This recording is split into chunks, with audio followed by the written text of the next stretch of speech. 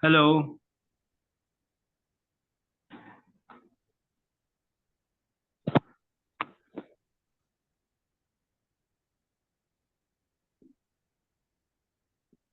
Hello.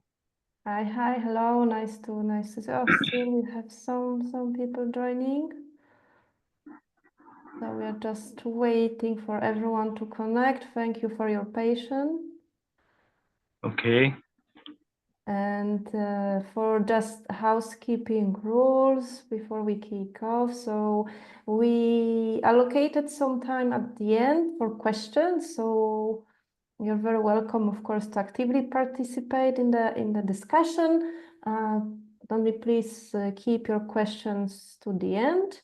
We are very, very happy to see you. So if you can turn on your camera, that would be also very nice.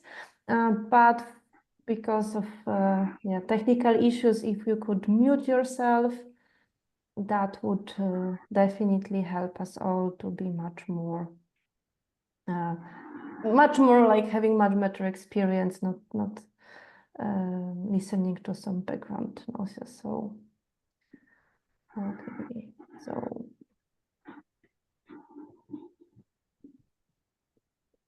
so Zana, do you think we are ready? I can open. So yeah, so in the meantime, when anyone else joins, you can admit people. And yeah, let us kick off this meeting officially. So ladies and gentlemen, good morning, good afternoon, good evening, because we know you are connecting from over the world. Welcome to today's IAESTE webinar on STEM internships, and we are going to discover what does the future hold. This is our first webinar, but we hope not last one, so we are very, very pleased to have you here. My name is Olga Legacka, and I'm the IAESTE Head of Operations. And it's truly a honor for us to have such a distinguished audience and panel of experts joining us to discuss this relevant topic.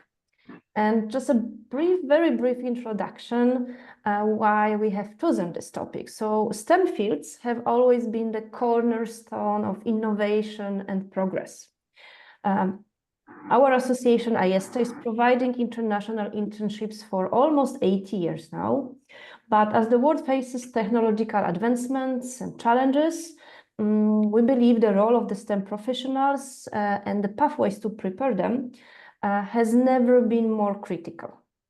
And international internships provide a unique platform to bridge the growing skills gap while at the same time fostering cross-cultural collaboration, adaptability, and global understanding, what's also very, very important for IAESTE mission. And today we'll delve into thought-provoking questions about the future of STEM internships in a world where automation, artificial intelligence, and rapid digitalization are reshaping industries and academics as well. We have invited 4 distinguished speakers today from all over the world to share their expertise and thoughts on the future of STEM internships. And now I would kindly ask our distinguished guests to introduce themselves. And I would like to ask first Dr. Shareefa Al-Marzooqi, Assistant Professor from University of Sharjah. Yeah, how are you? And hi for everybody here. I am happy because I am enjoying this webinar. My name is Dr. Shareefa Al-Marzooqi. I am Assistant Professor in University of Sharjah. This is the very famous and huge university in United Arab Emirates. Also, I am I'm working as a teacher in College of Communication, Public Relations Department. Also, I am a director for Media Center in same university. Thank you very much, Dr. Shareefa. Now I would like to ask Dr. Kinga Urbanek from Medical University of Łódź. Kinga, the floor is yours. Hello, everyone. It's nice to be here with all of you. My name is Kinga Urbanek, and I work as an assistant professor at the Medical University of Lodz. This is one of the biggest medical universities in Poland. And I'm connected also to IAESTE program in general because I serve as an exchange coordinator for 5 years. And in the past, I was also connected with the National Committee of IAESTE Poland. And it's very nice to be here, and I'm looking forward for a fruitful discussion. Thank you, Kinga. And now I would go to Matt Byrnes. The floor is yours. Good morning, good afternoon, good evening, everyone. It's my honor to be part of this panel. My name is Matt Byrnes. I'm sitting in Toronto, Canada at the moment. I am the president of the International Internship Network. We are a recognized organization like IAESTE in Canada, and we have a network of providers that offer internships around the world. And we also run a conference, an annual conference called the International Internship Conference, which will be taking place in June at the University of Minnesota in Minneapolis. I'll get into more details later, but thank you very much again for having me part of this panel. Thank you very much. And I just noticed I forgot to move on the slides, so sorry for that. And now, last but not least, Dr. Khagendra Dhakal, connecting from Thailand.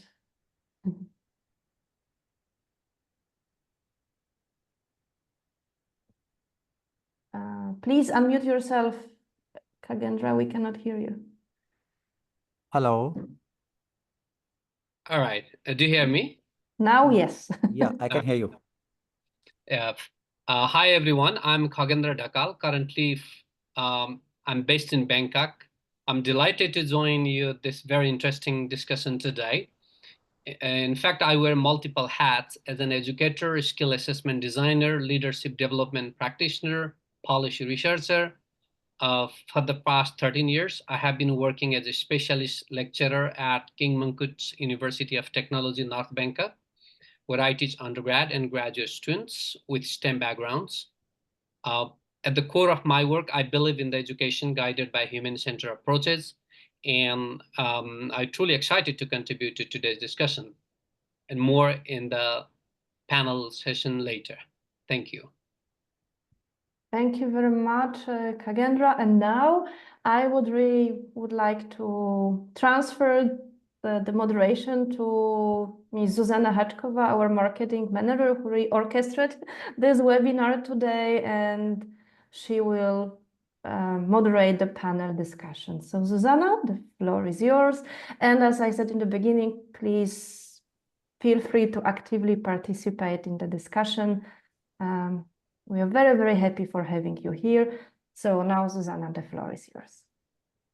Thank you, Olga. Thank you. And hello, everyone joining us from different parts of the world. It's really a pleasure to see you here. And we hope we will have a really engaging and thought-provoking discussion. I am originally from Slovakia, currently based in Slovakia, but been moving a little bit around the world. And I have been with IAESTE for 3 years now. So we have a bit of history here, but what I really love to do is to bring people together and discuss the topics that are relevant in today's world. But before we dive into it, I would love to learn a bit about you and also to see what audience we have in the room, what experiences you have with international internships, and how you see the future of the internships, because the topic of the webinar is to look ahead, to see the future, so we want to see your visions as well. So for that, I would like to run a poll, which has 4 questions. You will see the questions on your screen, so please feel free to provide answers. We will give few minutes, and after that, we will start the panel.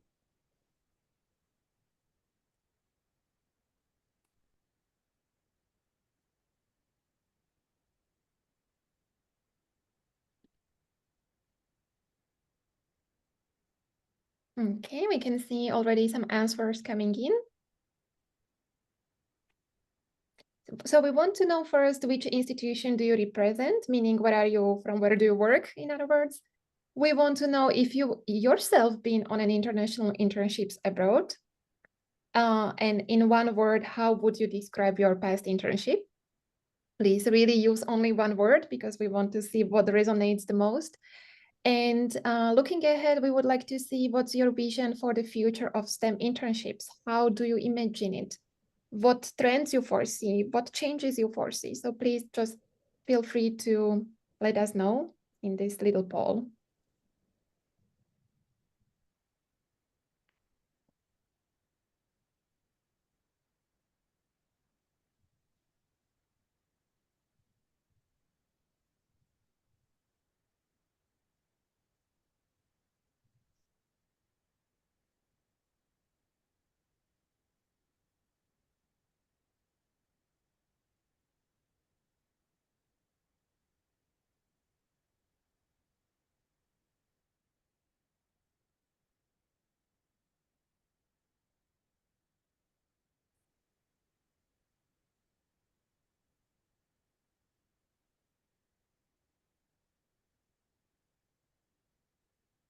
Okay, we have nearly 98% answered. Maybe we just give one more minute.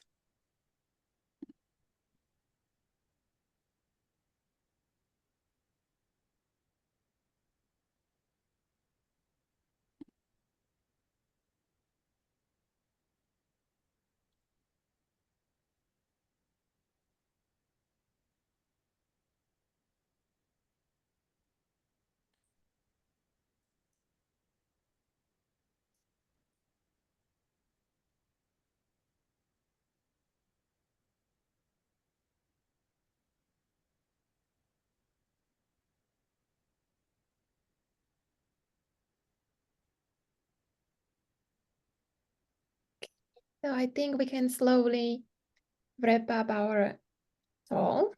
I'm ending the poll. Okay.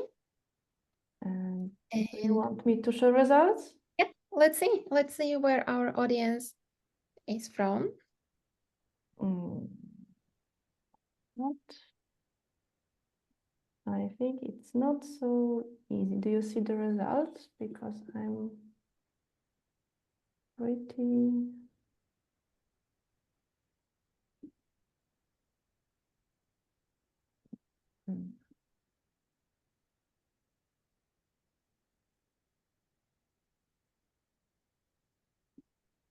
Do you see the results, Zuzana? Because I'm having. I have seen how many people have answered, but not exactly.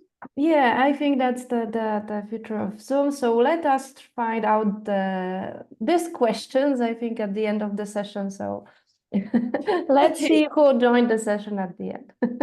Okay, so the technical team will work on to unwrap the results of the poll. So that's a reason for you to stay on the call. And in the meantime, let's dive into our panel session. With that, I would like to start with the first question directed to all our speakers and ask them about the future. So how do you envision the future of STEM international internships in this rapidly changing world, especially with increasing skills gaps? What do you see? What do you foresee going forward? Well, I'll start. First of all, I think artificial intelligence is going to play a massive role in STEM and really all fields of education going forward in internships and in their field of studies. The technology, I think, is going to accelerate exponentially. And quite frankly, I think it's going to be hard for universities and institutions in general to keep up. I feel like internships will be even more important than ever for students to have practical applications to what they are learning at institutions. And potentially having multiple internships, not just doing one or two, but maybe doing one or two a year throughout their programs. And I also think it's a huge opportunity for institutions to learn as well from the experiences that their students are having on internships. And I feel like there should be some sort of process in which the students are conveying what they're learning while on an internships, and the institutions gathering that data and potentially changing or adapting their programs to meet the demands that they're hearing about in industry. So those are my sort of top line thoughts on the future of STEM internships. So maybe I can contribute to that as well. Basically, I think the future of the STEM internships will be also connected with AI, as Matt also mentioned. But I think for this, we would need more skilled employees or like students. So basically, there will be more and more focus on skills. So basically, the employers or the academic institutions, they will be looking for some really students with direct skills. So basically, I would say to add to this Matt's thoughts, the skills will be crucial in the future. Thank you, Kinga. Certainly. Speaking on the topic of skills, I would like to ask Dr. Khagendra if would like to add something on this topic. Hi. I think I agree with Matt and Dr. Kinga. I would maybe break this idea into two aspects. Let's say technical skills and soft skill. I'll not call them soft skills because of those degrading term, but let's say human-centered skills. So to prepare the students for the challenges of an evolving world that we have observed through COVID pandemic, and also, like Matt said, emerging technology like generative AI, the increasing skill gaps, STEM internship must prioritize not only the technical expertise, but also these human-centered skills. So I propose human in STEM internship as the framework for the future. And the human, I have break down this human concept: H for human connection, U for universal adaptability, M for multidisciplinary collaboration, A for analytical thinking, and N for navigational leadership. So that human integration in STEM may be the future of the internship. I think I'll stop there for now, and then we'll operationalize this idea in details in the later sessions. Thank you, Dr. Thank you. Khagendra. Yep, certainly. And also, I would like to invite Dr. Shareefa if would like to add something to this visionary question. Yeah, I think that the points for this future for exchange students with this technology, and it's regards who guide the students, the leader or the department for training in each university, which goals they need to get it for the students who will take this training inside the country or outside the country. I think it's important for the leader, the university, to understand the future for the exchange students, the program. Thank you. So just to sum up, I hear different topics. I hear AI, I hear skills, human-centered approach, culture, leadership, and we will unpack this as we go throughout the session. But as the topic of the webinar speaks about STEM, I would like you to ask why is maybe, I wouldn't say more important to STEM students, but why it really matters for STEM students, maybe compared to students from other fields. What do you see here as a unique positioning or a difference if we look at STEM specifically?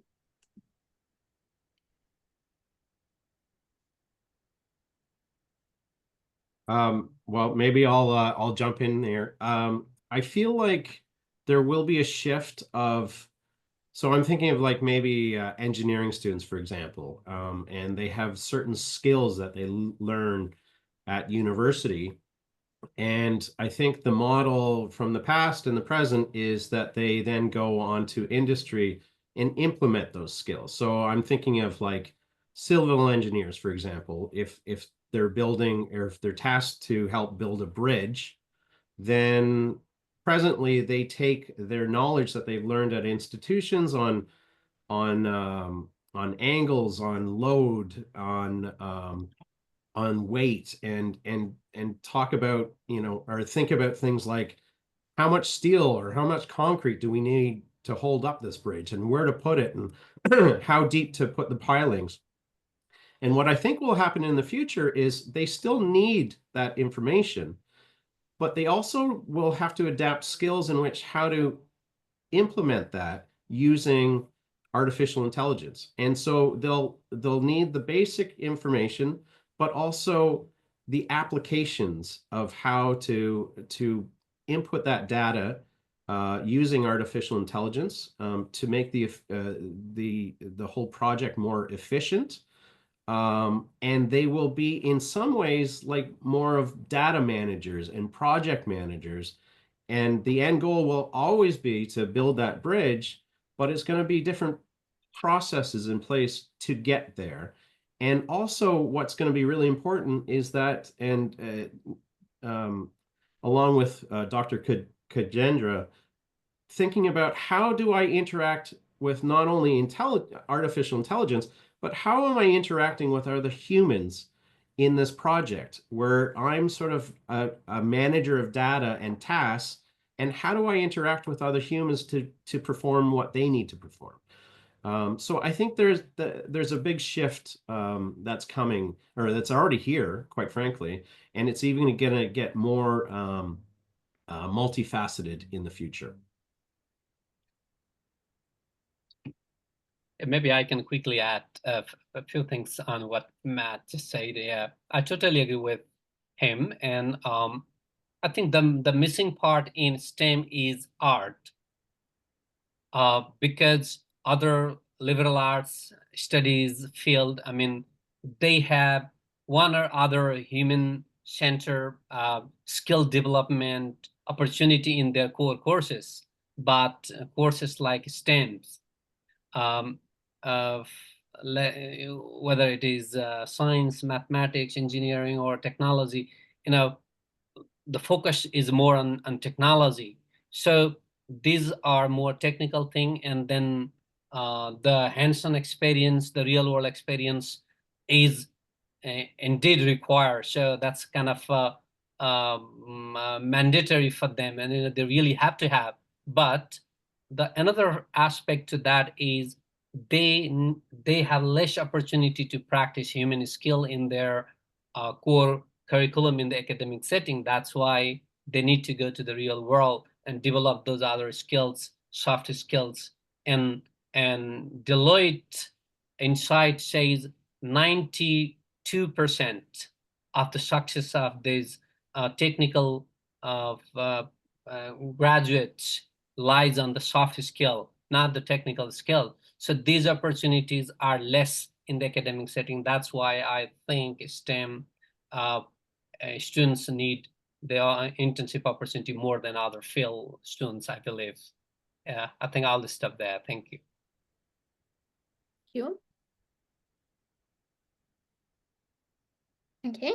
So maybe Dr. Shareefa, I think you would like to please. add. I think it should not be that much gap between the department for training for an university and this kind of students all the world. It should be going the same way and understanding which kind of training they needed. And also we should be flexible and open-minded together. Who's training and the other party, who is the student. Mm-hmm. Thank you. Kinga? To add to this discussion, I think maybe we should also think that especially students at the entry level, they will be more focused on general skills or general knowledge that they can gain. So let's say first training could be, let's say, in the academical institutions. And then when you go further, when you go at the master studies, you specialize in some fields. So that would be maybe the best way to go to the industry. So basically, it could be also good to distinguish those two types of students, because on the entry level, you can have students with who are learning more general knowledge, and then you have the more specialized of them. So basically, that's also, I think that's also to add to this what Dr. Khagendra and Matt said, that basically the skills will be crucial, but also we need to understand, I think it will be also said later, that soft skills and these technical skills are crucial. And then we need to also think what kind of skills we need to perform the specific of the job. Yeah, definitely. And what I pick up here is definitely the connection of AI, and we don't talk about technical skills only, like engineering, but also skills to use AI to be able to enhance their own technical skills, and on top of that, build the soft skills. So it's really, the student has to be equipped with a lot of skills in order to thrive in this like ever-changing environment. So let's dive deeper in this, and maybe Matt, I would like to ask you, how do you also envision the professions changing with the rise of AI, and how, let's say, also academic institutions have to adapt to this growing AI's influence in STEM fields? Like on one end, there is the need, but on the other side, we need to do a lot of shifts in order to accommodate that. So I just want to ask you how you foresee this. Well, in terms of the employers, I think they're going to have to really ramp up their own educational plans within their organizations or their greater community. So, you know, things like upskilling, reskilling, and even identifying like irrelevant skills are something that they'll have to identify and adjust to. There's been many studies that suggest that that's going to be happening at a much more rapid pace as the technology evolves very rapidly. And then I think there's a lot of potential and opportunities for collaboration between industry and institutions to identify what the skills shortages are and how they collaborate to ensure that students are graduating with the skills that they need. And even post-graduation, like are there you know, there should be, or there is a potential for education programs that continue throughout the career of the STEM professional. And so again, I think there's a massive amount of opportunity there. And I think institutions in general should really focus on employability as their cornerstone in you know, sort of to complement the basic education that they're providing. And again, I use that example of a civil engineering student needing to know the basics of, you know, physics, essentially, of how to build a bridge that's going to withstand time and nature and forces over time, and then but also build it in a way that is efficient and taking into account that resources themselves are going to be becoming more scarce in the future. So how do you do that in an economic and efficient manner?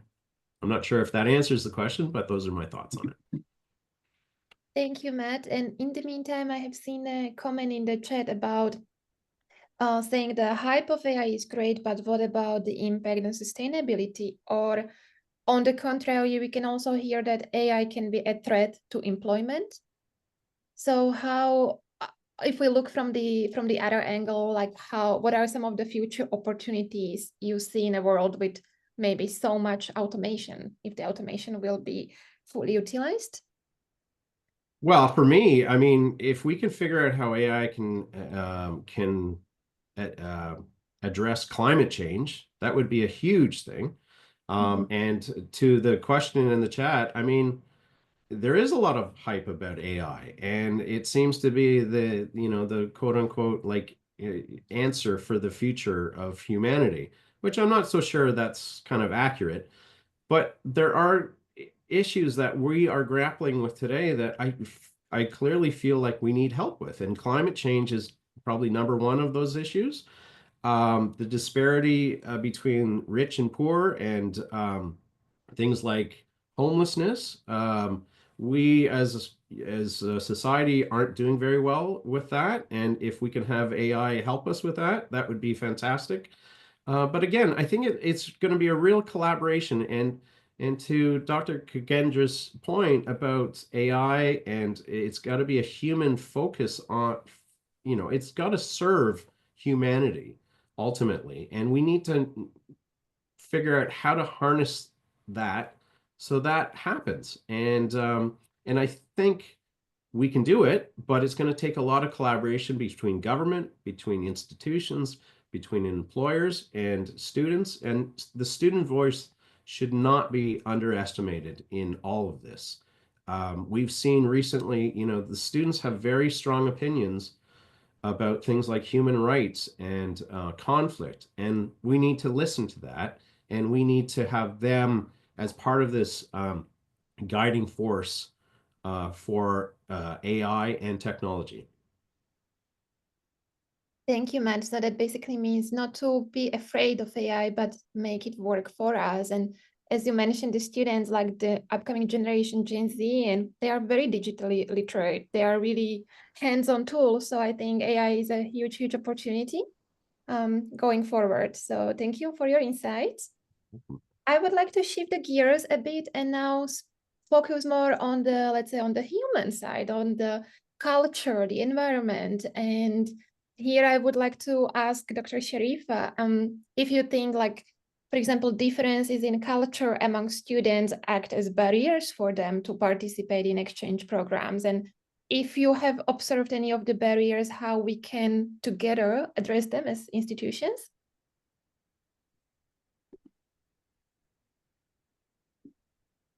Dr. Shareefa, you are muted. Sorry. Yeah, I did research about the IAESTE exchange program in University of Sharjah during 2021, 2022, and I would like to raise up the main point for the result I got it. The slogan of University of Sharjah before 15 years ago, it was crossroads of civilization, which is meaning that university can include different culture for the students. Until now, we have the slogan also now it's changed, but with this old slogan, which is crossroads of civilizations, we have around more than 100 nationality students in university in different college. That's why the program for exchange students, it's easy when they came to enjoy the program or college in the university.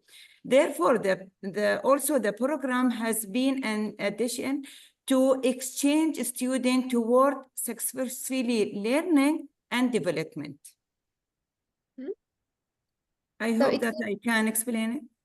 Yeah, and here we can also dive deeper into concrete examples, like how your University of Sharjah had created this inclusive and supportive environment for students to thrive, to really, be integrated into the culture. Yeah, the simple words I can use it to how they can enjoy our environment in the university, which we have already different nationality. As I mentioned that we have more than 100 nationality for student. We use it. They can enjoy the programs and to be also to be easy. Spend times in the university around 2 months or during one course by the variety different kind of activities. And if you can use the videos I sent for you or picture, sorry. Here is mentioned the many activities the IAESTE programs spend the times not only for learning the course or workshop, and also to enjoy it this program or courses during different kind of activities. Mm-hmm. We can showcase the video you have shared with us on the next slide. Yeah, it will give us a bit of insight.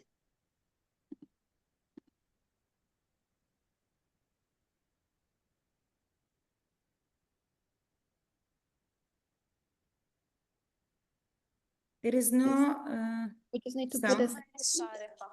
We are in the University of Sharjah. Nismo na Uniwersytetu Sharjah. Jesteśmy w Uniwersytecie Sharjah. Universitatea din Sharjah. Estamos en la Universidad de Sharjah. อยู่ในมหาวิทยาลัยชาร์จา Dies Sharjah University.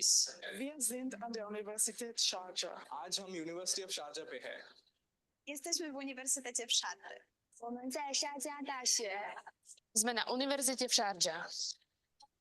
Do niż goi Sharjah hastیم.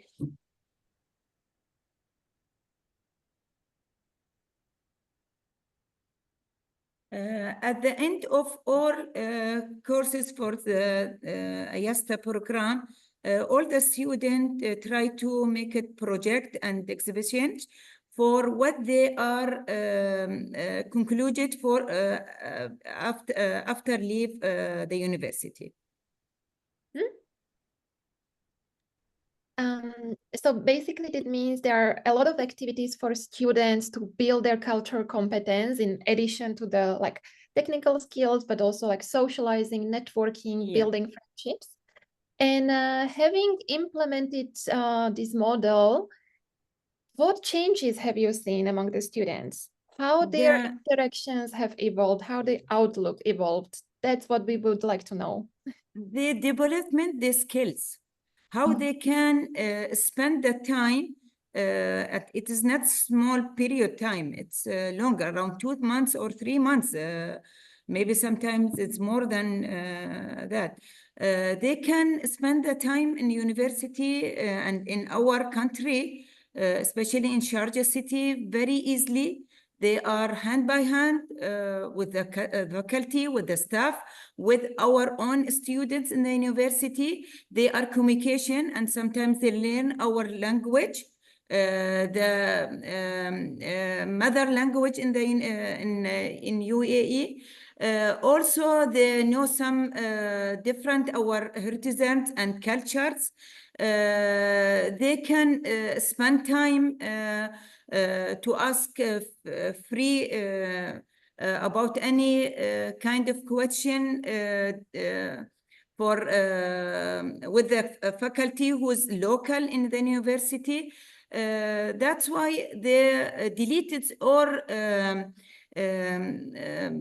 strong deep there are cannot be free with staff and faculty. Thank you. So here we see really the importance of cultural understanding, skills like soft skills, socializing, like really looking at the human aspect of especially now we invited now the National Day for the UAE. They see many they enjoy it with us many activities because all our country now exhibition for the National Day. And really they enjoy it, the cultures, without any feeling it's difficult. Thank you very much for your insights and showing beautiful examples and also the video. And okay, so far we looked at the AI, the technology, we looked at the culture, the soft part, but now let's be a bit more concrete about skills, because the word skills was mentioned a couple of times. So let's ask this question to Dr. Khagendra. What do you think are the most important experiences and skills students gain through the exchange programs? What are they really learning? Yeah, thank you, Zuzana. Let me repeat the number that I mentioned earlier. Deloitte Insights says 92% of companies report that soft skills are as important or even more important than hard skills. If I said otherwise earlier, I would like to correct here. They say as important as hard skill or even more. So that's the survey of the employers, the businesses say. And when we talk about the skills, we need to understand the stakeholders. In this discussion, I want to make it clear that we need to understand the employers. It could be academic institution, it could be industries, it could be other nonprofit organization, could be different settings the interns go and work for. So American Association of Colleges and Universities had conducted a survey in 2023, just last year, and it has found that over 70% of employers consider completing an internship is the most valued experience for new hires. So this is the ground. I'm just setting the ground here that people coming with internship experience are potential for the job candidates. And okay, so going to the skill, like you ask, what employees think about a skill? Let me go to the, like earlier Matt said, we should not ignore the perspectives of the students in this discourse. So there is another survey. It was conducted last year also. 80%, 84% of the employees already working. There's employees until the manager level. They believe that new hires must possess and demonstrate soft skills. So again, I beg your pardon for the term soft skill. We can call it human skill or essential skills or foundational skill or professional skills. But since the term is already used, so just for the understanding, I'm using soft skill again and again here. It shows a clear alignment between what employees value and what employer expect. So soft skills are no longer optional; they are essential. It's what the survey shows. And one more piece of evidence. There was a survey by again American Association of Colleges and Universities.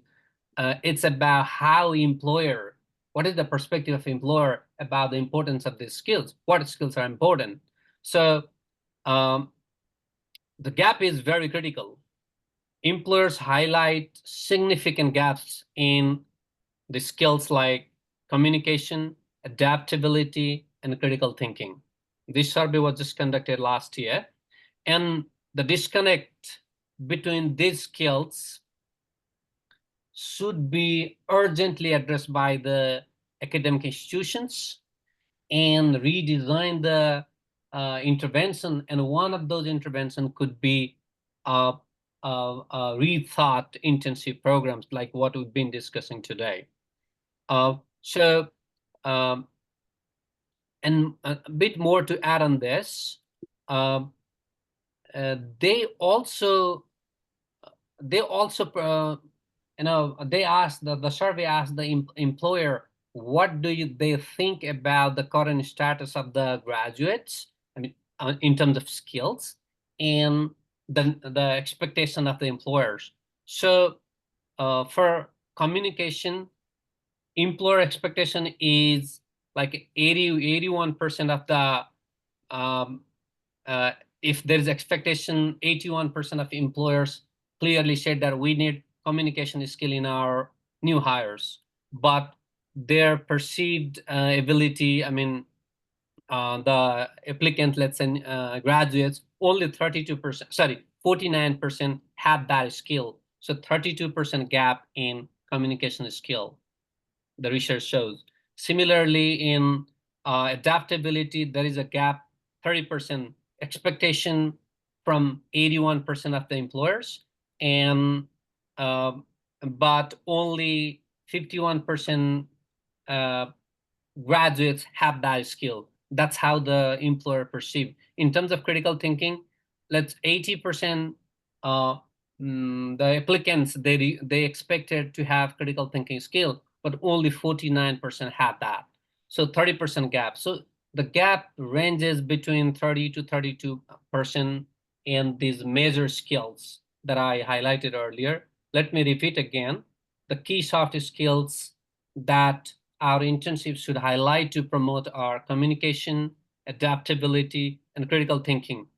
This study also talks about complex problem solving as another skill, but as a critical thinking researcher, I put that into critical thinking constructs. So yeah, I think about the important skill, I'll end here, Susanna.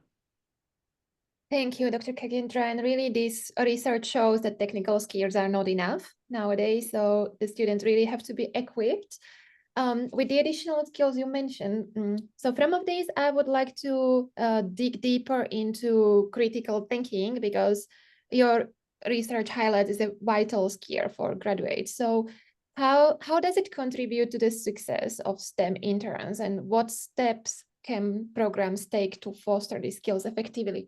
In simple words, what institutions, what internships can be about in order for students to learn this skill?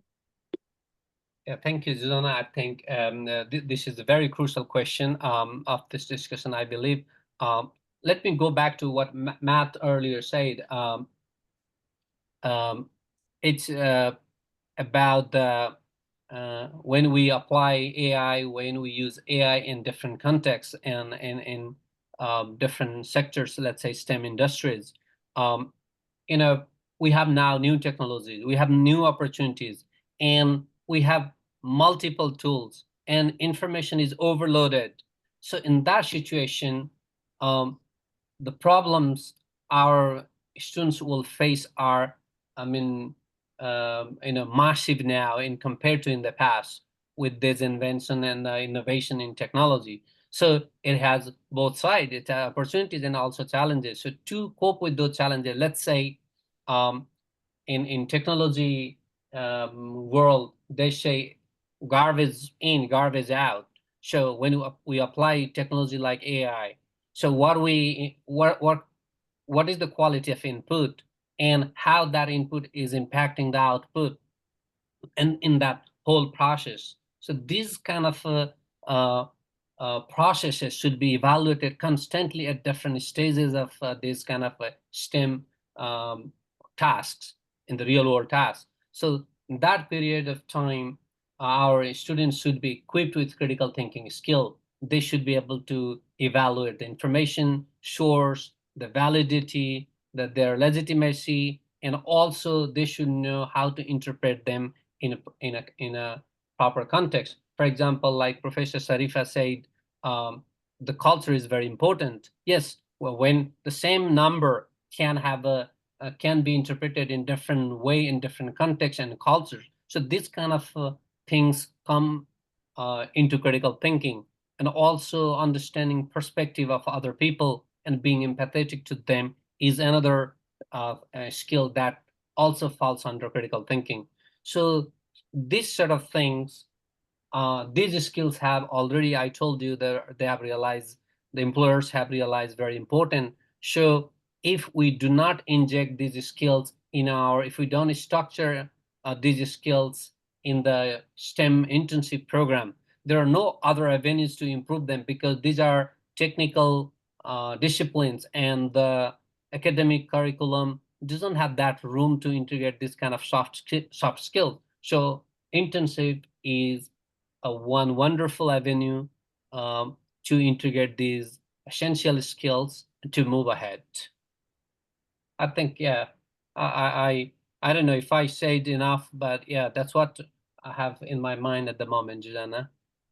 Thank you, Dr. Khagendra. And actually, now I would like to stab on that example that Matt raised earlier. Like, if a student goes to build the bridge, and you have to have the technical skills to build it. You ideally want to work with AI that makes your work easier. Then you have to have the critical skills to evaluate what's actually correct and good output, and what is the information to rely on. And then if you work in an intercultural environment, you also have to have the cultural skills and the other soft skills to really efficiently work with your colleagues. So it really seems all the perspectives can be connected. And thank you so much for deep diving into this. I can't agree more that critical thinking is really, really important.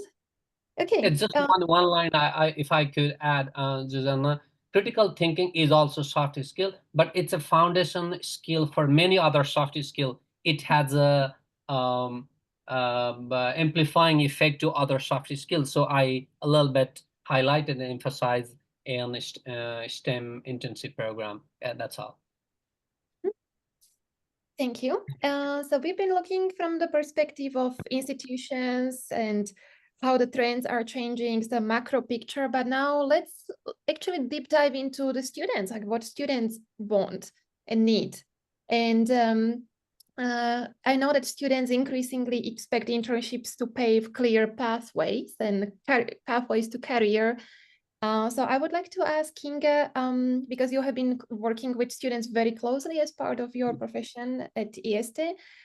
So what types of internships, long-term or short-term, are most appealing to today's students? And then maybe if you could tell us a bit about the advantages of them and how that works together. So I think I would start with saying it depends, because that depends on the profile of the student and depends of the level of the studies the students are, because usually the students on the entry level, so let's say bachelor students, they prefer as a first experience shorter internship, because it's also connected with their availability, because they do not to take like the whole year off of the studies, let's say, but shorter internship means let's say for IAESTE program is, let's say, 6 to 12 weeks, and preferably in many countries it's summer months, and summer months for us it's like, let's say, July until September. So that's basically the preference of the entry level students, let's say.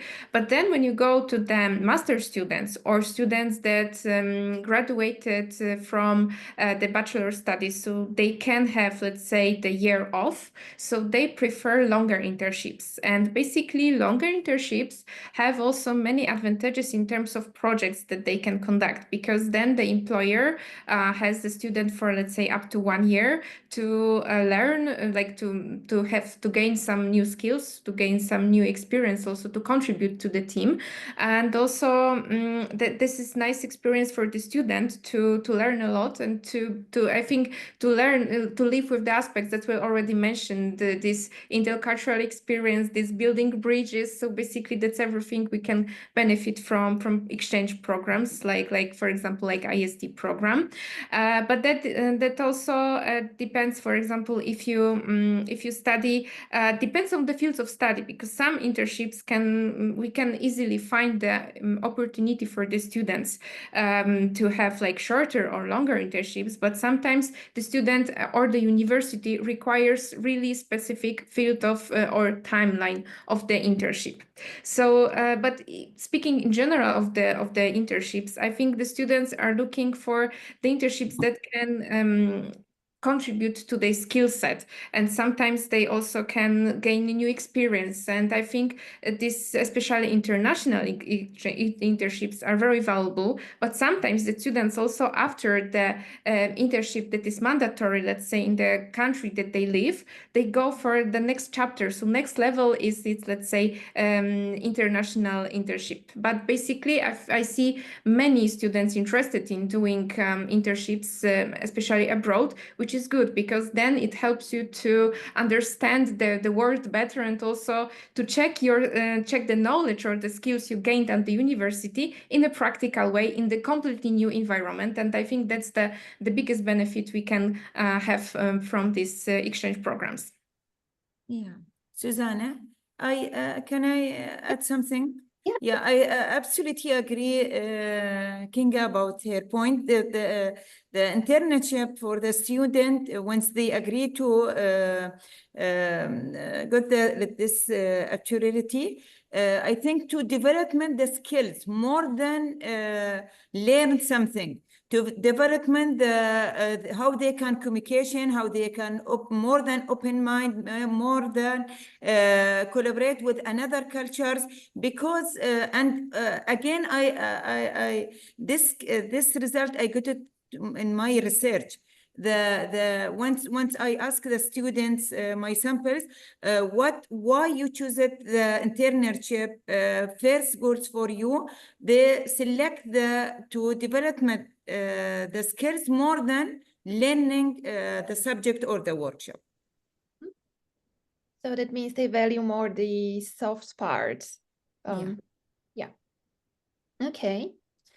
So we kind of came to the end of our questions, but maybe I would like to ask the question which is not on the script, but having heard these different perspectives of what's required today, how would you design an ideal internship?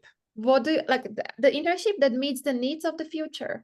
Not only basically learning the skills, what key components, if you, let's say, bake a cake and you have key ingredients, so what would be a key ingredient of an internship, STEM internship of the future? Sorry, speakers, this was not scripted, but I just want us to a little bit brainstorm, maybe Matt, yeah. I'll take a stab at it. So I think that, and I said this in the chat, two things have to be the primary focus of any internship, whether it's in STEM or any other field of study.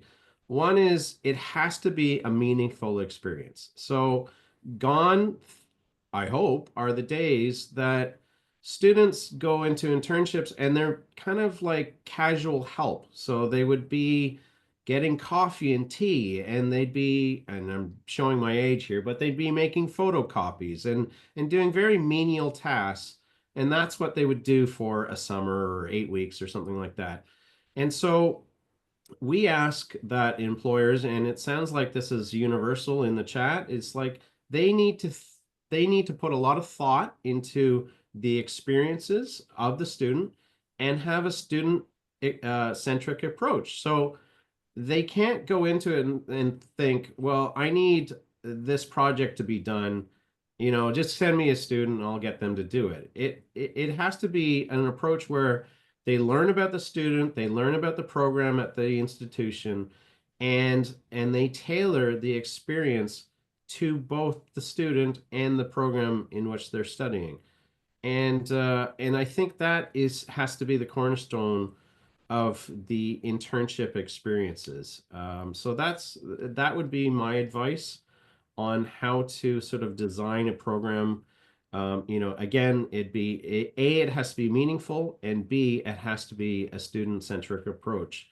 And somebody mentioned it shouldn't be like about getting, free labor or cheap labor or whatever the case may be.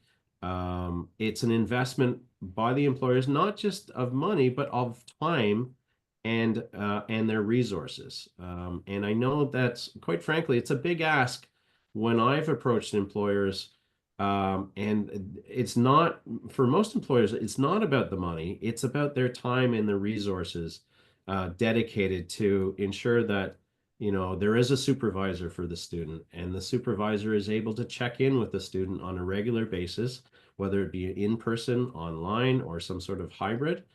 And that they're getting feedback, they're giving feedback to the student, and they're also getting feedback back from the student, so that it is a win-win-win, win for the students, win for the institution, and a win for the employer situation. Those are my thoughts. Thank you, Matt. So we have key ingredients is meaningful experience and student-centric internship. Khagendra, Dr. Shareefa, Dr. Kinga, would you like to add your ingredients?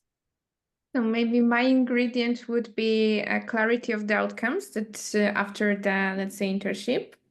So basically, like if you have a project, so basically if the project is interesting for the students, so then I do something, I learn something. Of course, like Dr. Shareefa said, that maybe not the knowledge is the most relevant, but the let's say the experience and the cultural experience is even the most important. So to add to this, I would say also network experience, because it's also nice to see the country, to see how people live, and basically to learn to live in this country, because basically you are, let's say, in the new environment, and you learn how to live it. And I would say also it's I would add maybe still add some learning, so that when I am back, so like let's say to my home country, I can use the knowledge and the skills I gained. Yeah, so that would be my ingredients. Thank you. Dr. Shareefa? From my side, I think in University of Sharjah, we have very highly quality staff in training office, who's the director, Rana Al-Qabbani. She take care for all the internship students, especially IAESTE program. I'm very close with this office because as I'm working director for media center, I should coverage with different kind of media, all their experience for this student, all their activities. That's why I am understand what kind of job they do it in this office, and they take care for the student exchange internship students to have good experience about the culture in Arabian Gulf, and they can take it image and good experience when they leave our country. Thank you. Dr. Khagendra? Yeah.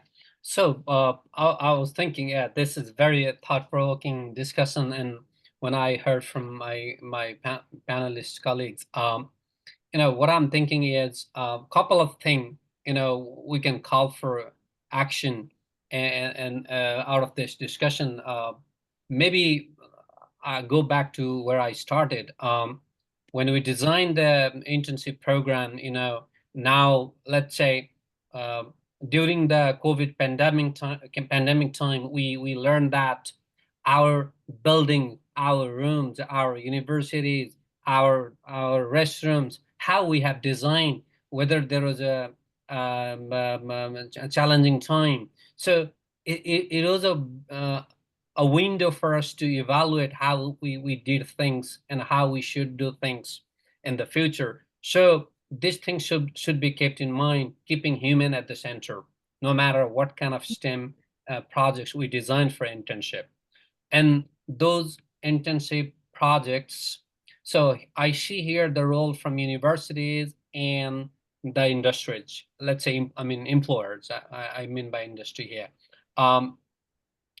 Universities should revamp their curriculums and then make internship as a requirement, because, you know, I'm in a STEM university. I see there are in some department the internship are really prioritized. In some department there are internship, but that's a non-credit requirement. And there are other elective courses. So you know, there are varieties of way of people have adopted, the university has adopted to integrate internship program. But I emphasize that it should be a mandatory experience for students with credit, because they work hard, they spend their time. So it should not be non-credit or optional or elective. It should be part of the program. And then going back to the industry or employers, when they design the and one more thing, for the university part, they should be demand-driven. When we design our curriculum, when we reform our curriculum, they should be demand-driven from the industry. So that means, I think, what Matt said by student-centered, because the students, end of the day, after they graduate, they want to go to the job market, and they want to find themselves sellable, employable in the market. So that means university has to address their curriculums, integrating these internship programs by understanding the demand in the job market, and to link this university in industry gap at the moment. Like I told you earlier, there are skill gaps. So that means the gap between industries and universities, it can be bridged by designing this kind of internship program. It should have a component like, let's say, the assessment. Before you send interns out, you should have their shortened skill assessment. And after they complete their assignment, these skills should be reassessed so that they will have some solid evidence to present to their future employers that, oh, in my internship, I have developed these skills. If you just go and say, I did the internship, because the world is, has a different kind of employers and universities. So what does that internship mean to the employer in the global context? There should be some sort of evaluation system of this skill within the internship program. That makes it evidence-based skill development through internship. And again, I go back to, I agree with Dr. Kinga and Dr. Shareefa that the learning should be interesting, meaningful. Of course, the technical skill they studying should be sharpened, and that they should have hands-on experience. But this soft skill they should come back with when they complete the internship and be ready for the challenges of the changing workforce, changing landscape of the workspaces in the current times. Yeah, I think that's what I have to say, and I think this is the message from my side. Thank you. Thank you, Dr. Khagendra. So I will just really quickly summarize. If I have a magic wand and we are going to build this dream internship, it's meaningful, it's student-centric, has clear outcomes. The student can build network. They can have a good experience with the culture where they do the internship, they learn, and their internship is mandatory. So that means they have credits for their hard work and addresses the necessary skills. So the student has maybe a gap in a skill, and after the internship, he can see how much he has, let's say, decrease that gap. So that's from our side. We would like now to open the floor to our speakers, because I have seen there was a lot of momentum in our chat and to the audience. So if anyone has any question to our speakers, please feel free, just raise your hand, show us who you are and ask the questions. Our speakers will be more than happy to answer. So now the floor is yours. Hello. Hello. Yeah, I'm from India. Yeah, welcome. So like as we are already have talked about lot about like internships. So definitely internship is the way that somebody get a practical experience. But for which countries a student can be able to eligible, because there are a lot of differences are there. Somebody are from like bachelor, some are from diploma, some are from the streams. Like in STEM, there are so many streams are there. So how a student can correlate with the things, because it's not easy for anyone to seek out a internship so easily. It's not so easy, as you know, because they have to access to the resources, they have the particular knowledge towards them, and have to look after that whether his stream is altogether having that thing altogether for him, exactly getting the practical experience on hands. So which countries are all together? It's for a specific country, or it could be globally for any country? So Susanna, maybe I can answer to this question as Yeah. representative of IAESTE committee as well. So basically everything what you have, what kind of skills and what kind of what is required to the internship, you have written in the work description that is called in our, let's say, language offer. So when you check the opportunities, please take a look at the work description so you can see what kind of profile is like the employer is looking for. And I would suggest also to take a look at the, let's say, requirements of the years of the studies and also of the, let's say, what kind of languages you are required. And I think it will be very hard to answer which countries like you could go for an internship, because we are open to many countries. And basically also, like, I'm pretty sure that IAESTE India will be able to help you to find the best opportunity for you. Thanks for the answer that you have delivered. So that will be quite helping in the long run. Thank Hi. you. Thank you. Hello, Yeah. I am from Pakistan. I would like to ask the question next. So if I can go ahead. Yes, please go ahead. Okay, so when we talk about internships, I also asked that in chat, but I would like to clarify it here. Do we mean that they're only meant for students who, are either graduating or have graduated? Because I remember when I was studying, actually, I wasn't exposed to any of such programs.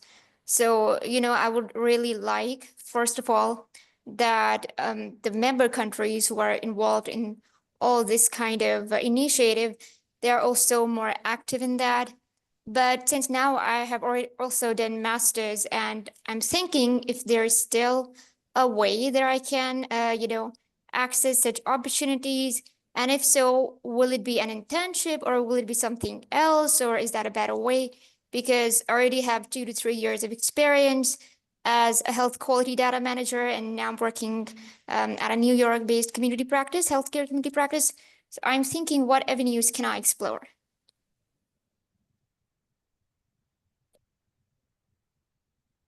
Thank you. Maybe Good afternoon. I'll chime in a little bit. So I'm not terribly familiar with all the models of IAESTE, but I do know that one of the challenges, quite frankly, internationally, is that there isn't a universal definition of an internship and who can participate. Like, is it just undergrads? Is it postgrads and undergrads? Can recent graduates do it? And it really depends on the immigration policy of individual countries. And so that's part of the challenge, quite frankly, in the landscape that we're operating. And so, like, for example, Canada, where I'm located, we have an agreement with South Korea, where South Korea allows in recent STEM graduating graduates from Canada, and they can stay up to 2 or 3 years. And the US has a similar program, but it's very targeted to certain STEM fields. So I can't answer your individual question, and maybe my friends at IAESTE can, or you can take it offline and they can answer the question there. But it's sort of a complicated environment in which internships and co-op programs or practicum, there's many different terms, which also clouds the waters a little bit, can exist. So that's just my 2 cents worth. I'm not providing you any practical information in your given circumstance, but maybe Olga can elaborate a little bit. I see you online now. Hi, I'm Charmaine from Jamaica, Joyce in Jamaica. Good afternoon or morning to all of you. But just in response to the question that was raised, for the US, we do have a outbound intern and training program. Now, internship is recent graduate up to a year, and you have the training aspect, which is 5 years experience in the field. So they may not have a degree in the area, but they do have 5 years experience, and that is a trainee. And then you have the trainee program, or the internship can last between 12 months to 18 months. So this is also, the training option could be something that IAESTE considers, because it would also cater to persons who have the experience, but they are, they have passed the trainee time frame. Yeah, so what I'm thinking, it particularly also solely depends on what type of internship and their requirements, because sometimes they're dependent on the country where you are going to have the internship and a lot of other stuff going on as well. Well, that would be correct. I mean, as Matt has said, he has that with China, and this is with the US. This is kind of standardized with the from the Department of State. So perhaps it could be something that the various countries who may want persons from, different regions, that they could adopt, modify the models depending on where they want them from. Because I know within IAESTE as well, there's a lot of, Europe, the European bloc, I think they have an understanding or a set standard, but, dealing Yeah. with other countries, it could be modified just to meet the requirements of the country, the government, and, the partners who are working together. Okay, thanks. That answered my questions. Thank you very much. Good evening to all. You, next one, Hello. please. Hello, good afternoon. Very good afternoon. Hello, yes, can I go on with my question? Yeah, please go ahead. All right, thank you so much. Actually, I just have like an observation. All right, so my name is Sunday Ido, I'm from Nigeria. Quite some time I've been seeing pending verification on the platform we are to apply for the internship. I don't really know what's wrong. It's getting to be some months, and I don't know if I am able to apply for the internship or not. Because on my platform I'm seeing pending verification and I don't know what next to do. Here, maybe I will jump in. So Sunday, if you can just email us at info@iast.org, then we can follow up your case offline so we can check it out. But also to maybe anticipate like any questions like this, the best, of course, is to reach out to your committee, and definitely each committee may have a specific regulation, because as it was said before, the internships are not standardized. So there are definitely settings in each country defined by the law, legal setup, universities, conditions in the country that also that's why we need to adapt to this. So there is it's very, very difficult to have a standard, because this is not standardized at all globally. So even if you look at different definitions of internships, if you compare it from country to country, it's also varies. So, but definitely for this individual cases, please email us at info@iast.org. I entered this email address several times in the chat, so I can do it once again, and then we will do our best to solve all of these individual issues. Hello. Good evening to all. Go ahead. I'm Dr. Johnson from India. Yes. Welcome. This session was quite fruitful, actually, in understanding the global perspectives of this internship. As of India, in university, we have an internship as a part and parcel of the program also, PG or UG, whatever they do over. In that case, what will be the support from the international front to help the students to do the internship through an online mode also? What will be the opportunities for them from India? Could you throw light on that, please?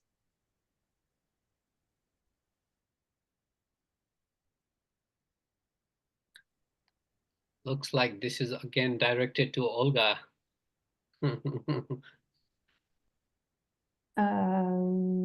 Being honest, again, please, it is individual case for individual country, I think. So if you could just email us, that would be the best, because then we can really go into details. So once again, I think the email is there. So I would like to take this question, let's say, offline. Thank you very much. Thank you. And maybe I have seen a very interesting point in the session. I think it was written by. And also, I think, Susanna, we have one raising hand from Ariel. I will just mention the point from Julian saying that it would be nice if the internships actually show the student their own limitations, kind of give them kind of like a mirror, okay, what you have to improve, where you will maybe their skills. I think it's a nice point also to to think of some feedback framework and similar things. So I just wanted to bring that to the awareness. And yeah, Ariel has a raised hand. So Ariel, please go ahead. Hello, good morning. My name is Ariel Muli. I represent the Ministry of Education from the Turks and Caicos Islands. I am the program coordinator for the National Internship and Apprenticeship Program. Now, just to give you a little bit about the program before I get into my question for the panelists, we define interns as students who are currently getting their tertiary education, and we offer them 6 weeks internship in the summertime and apprenticeship. We consider those students who have already graduated with their degree, and we offer them 1 year to 2 year maximum with internship experience, as well as we soft skills train all students that come through our program. My question for the panelists, due to the economic status right now in many countries, do you agree with unpaid internships, or what are your views as relates to unpaid internships versus paid internships? As our program in Turks and Caicos, we pay all of our interns a stipend due to the economic status that we're living in right now.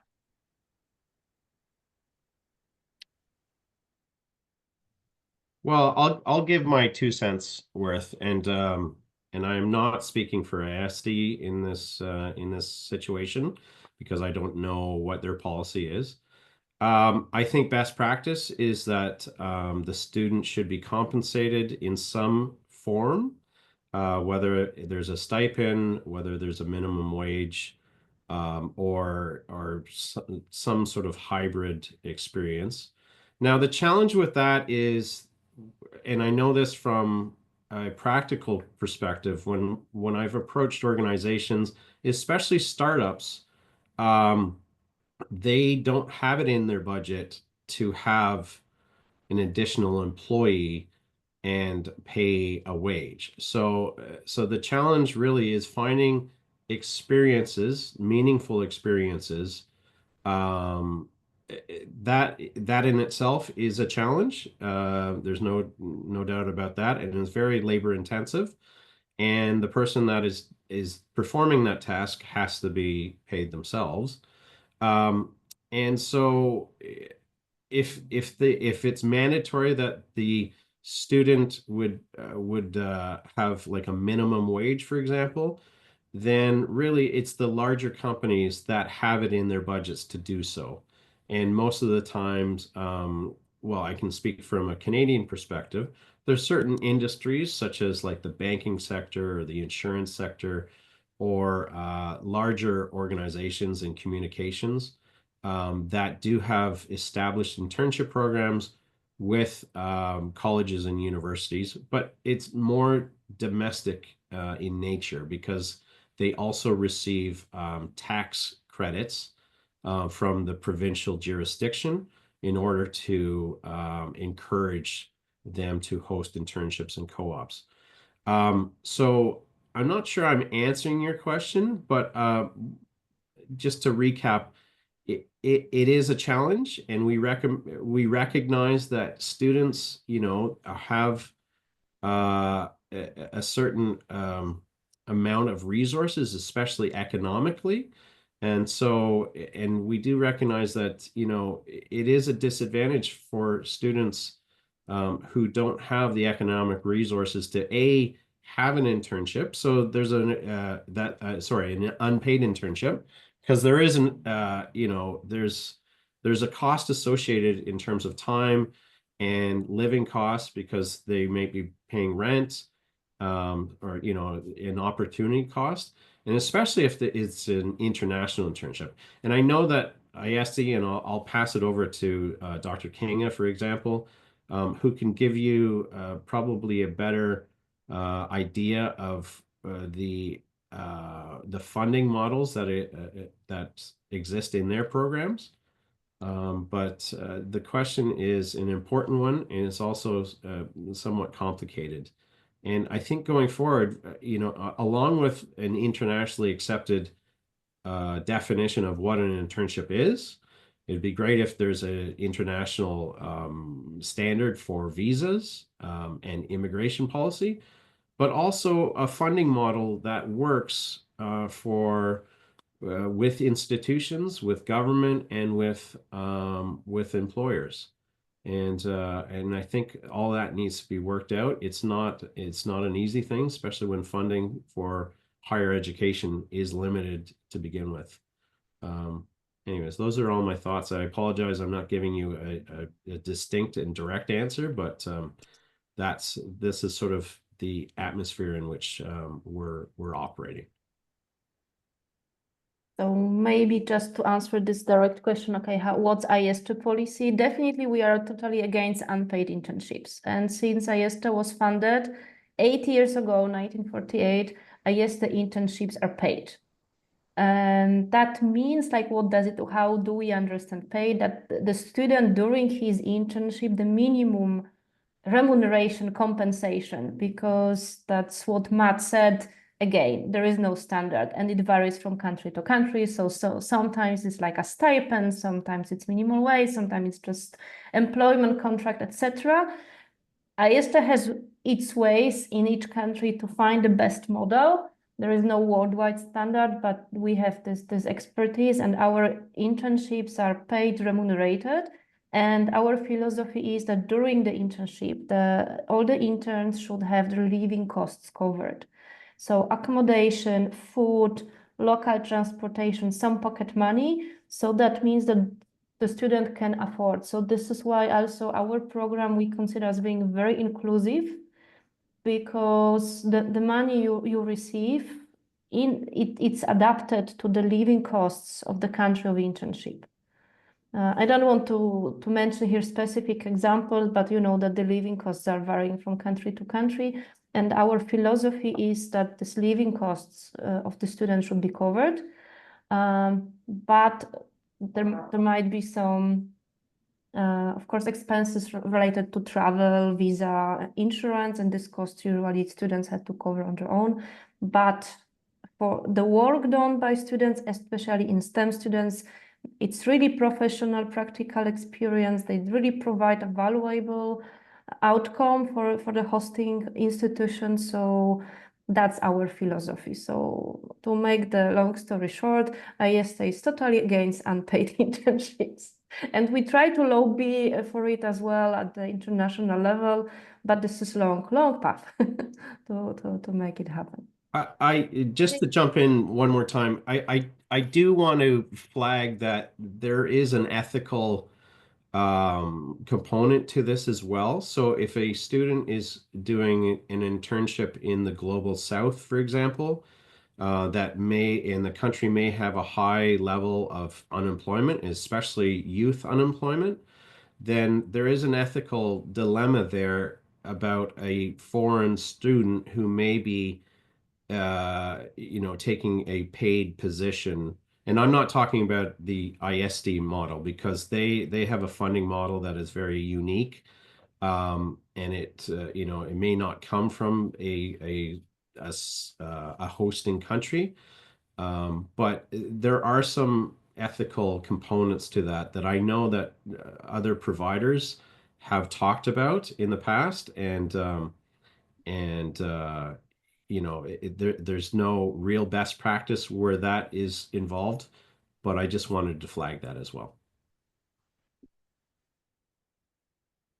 Thank you very much, Olga and Matt, and hope this answers the question. Looking at the time, we have maybe 1 or 2 questions left. I see one hand has been raised, and we have one interesting question in the chat as well. So let's start with the Suri. You can unmute yourself.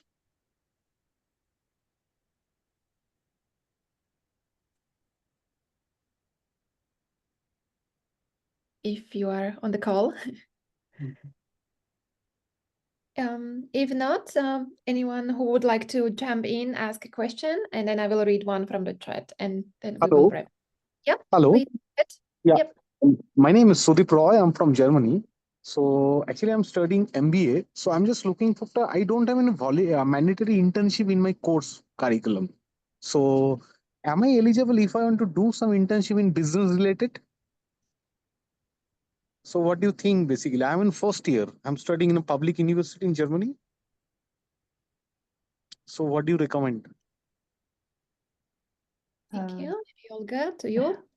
Yeah, we have business. Like I think if you're studying business, we have business and management as in our portfolio.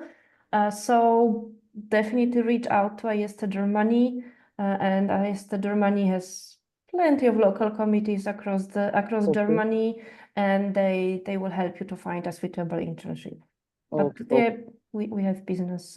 I cannot, give you a particular internship right now, but reach out to IAESTE Germany, and I think they will Okay, central committee. IAESTE central committee. Okay. Yes. I would also suggest that you reach out to your university or college in which you're studying to see what programs they have, and also whether some sort of internship or co-op or study abroad experience, how that fits into your overall program. And they could provide you much more information there, and they could even provide you with funding models that you may be able to tap into. Okay. Thank you so much. Thank you so much. Yeah. Thank you. And then, okay, now let's do last two questions. So, Mahruk, I see your hand is up. You can ask. Okay, so I would like to add another thing. We recently mentioned that there can be policies.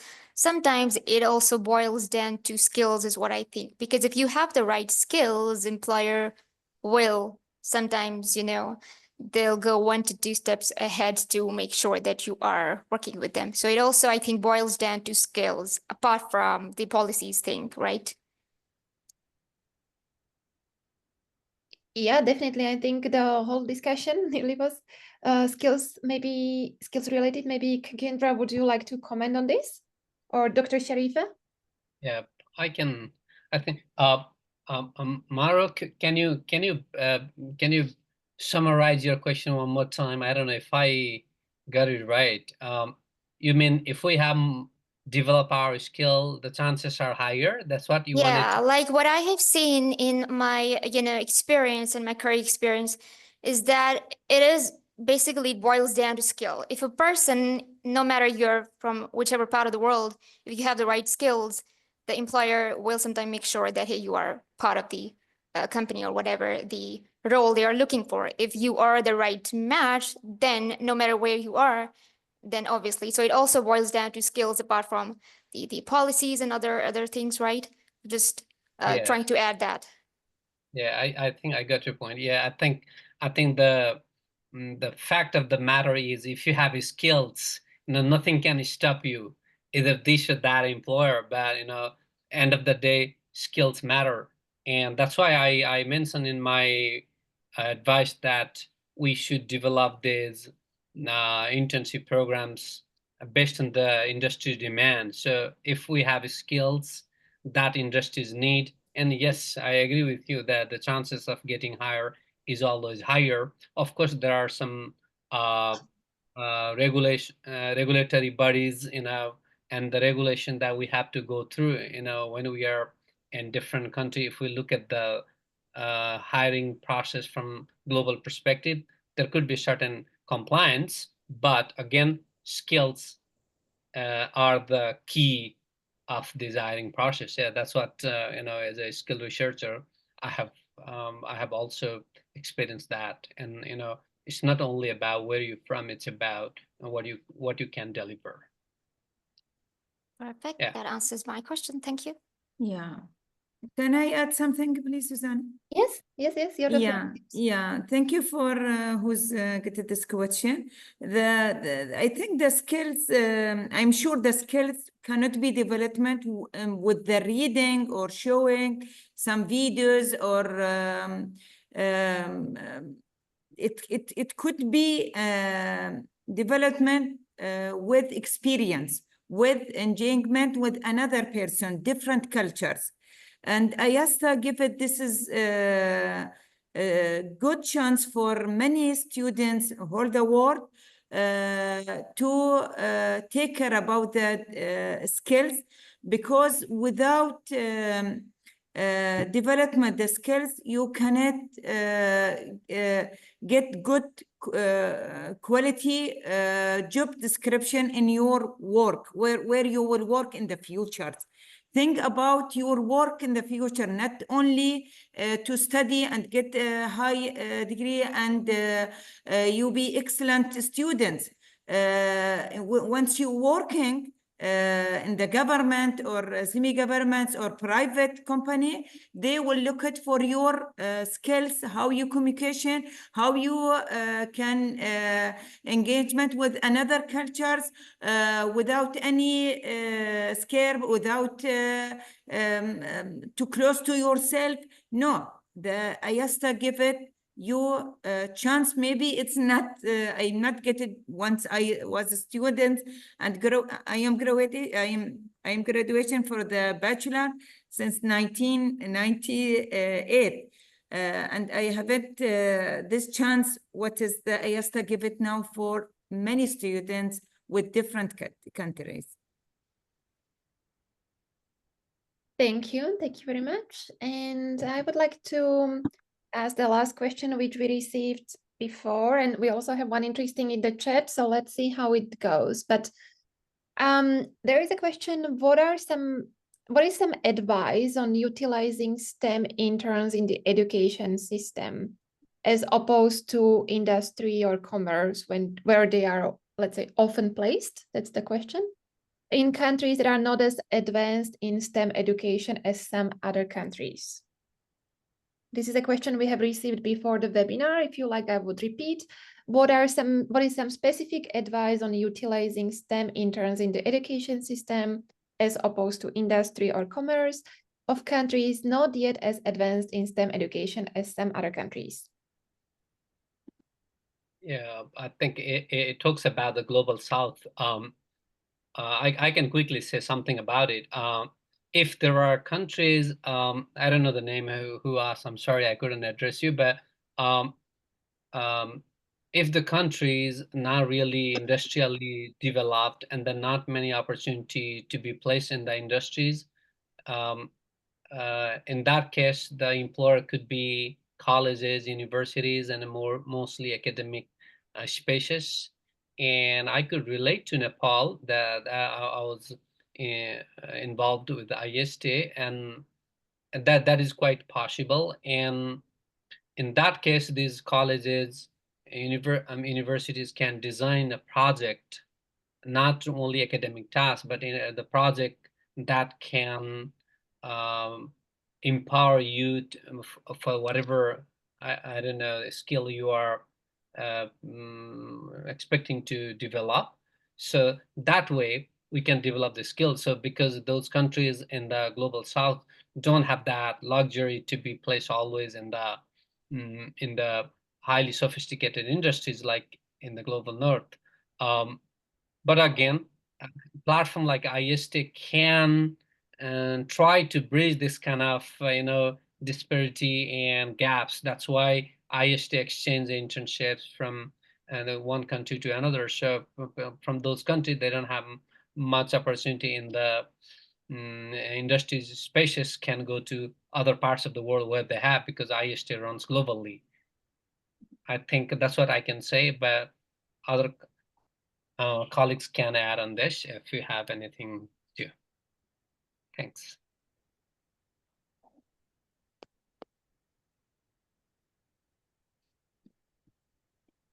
Thank you, Dr. Khagendra, and maybe we can just ask the very last question, which speaks about the difference between vocational schools and higher education. The question says, according to my experience, the debate on learning objectives, outcomes, results, and competence development is way more advanced in the vocational training sector, let's say the professional schools. In higher education, there is often the assumption, since I am studying this, therefore I must have developed this and that. The difference is clear even if you have a look at the Erasmus Plus learning agreement template.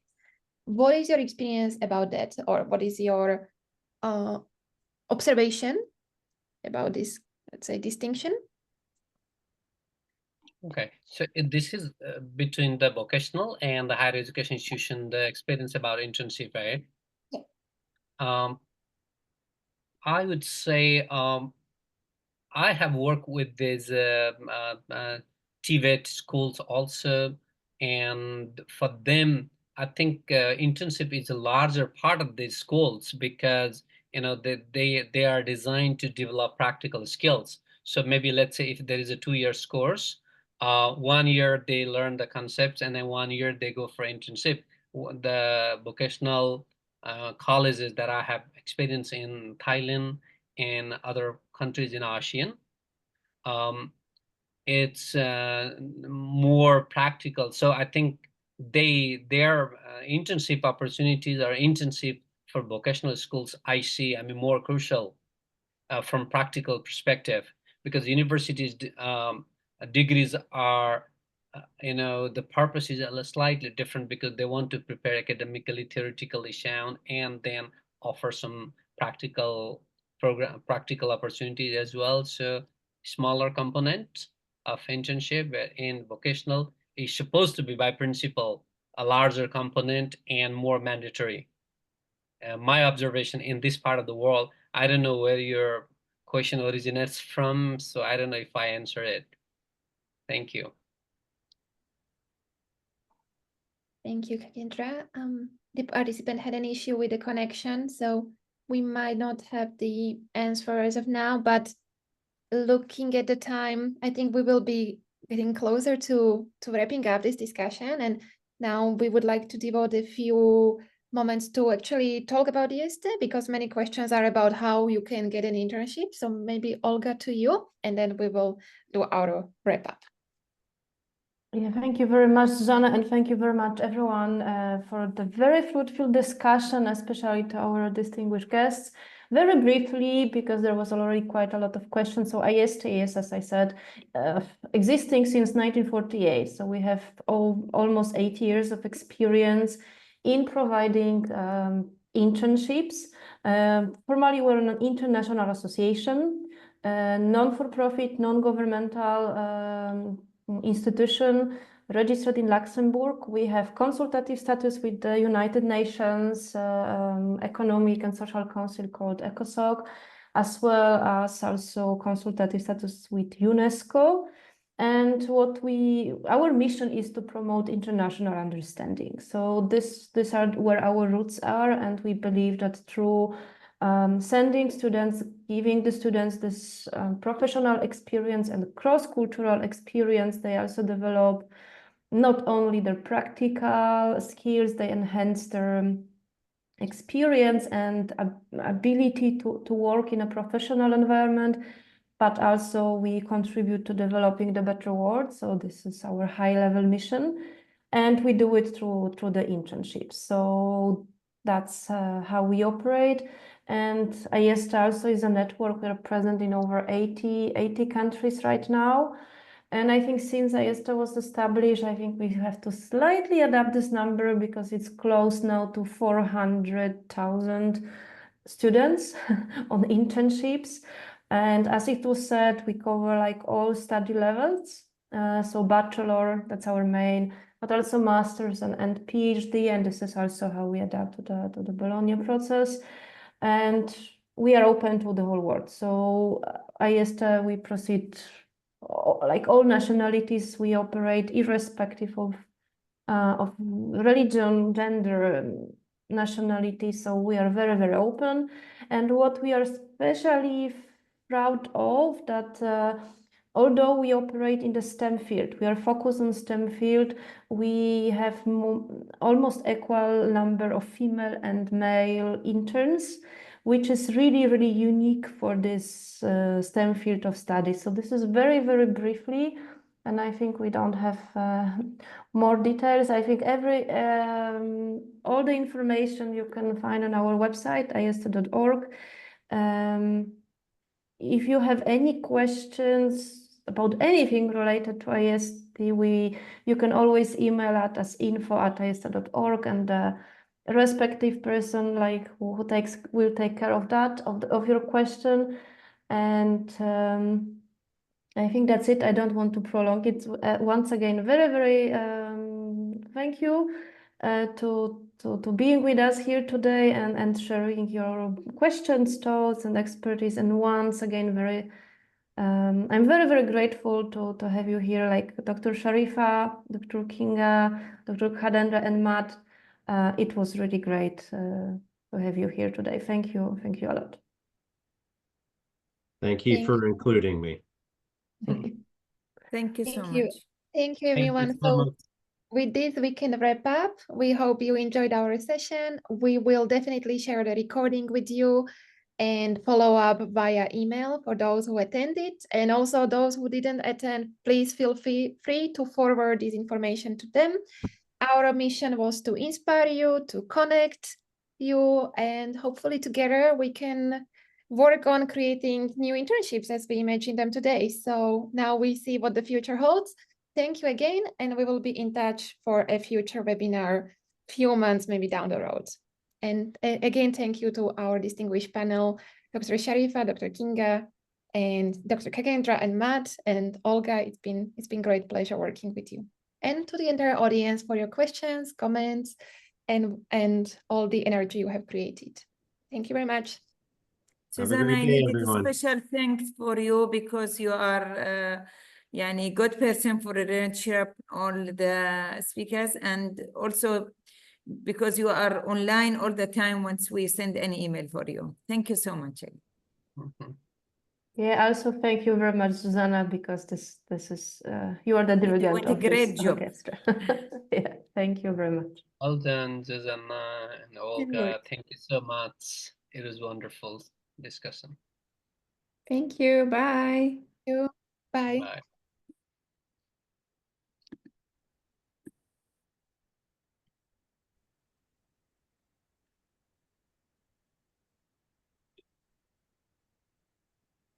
Bye-bye.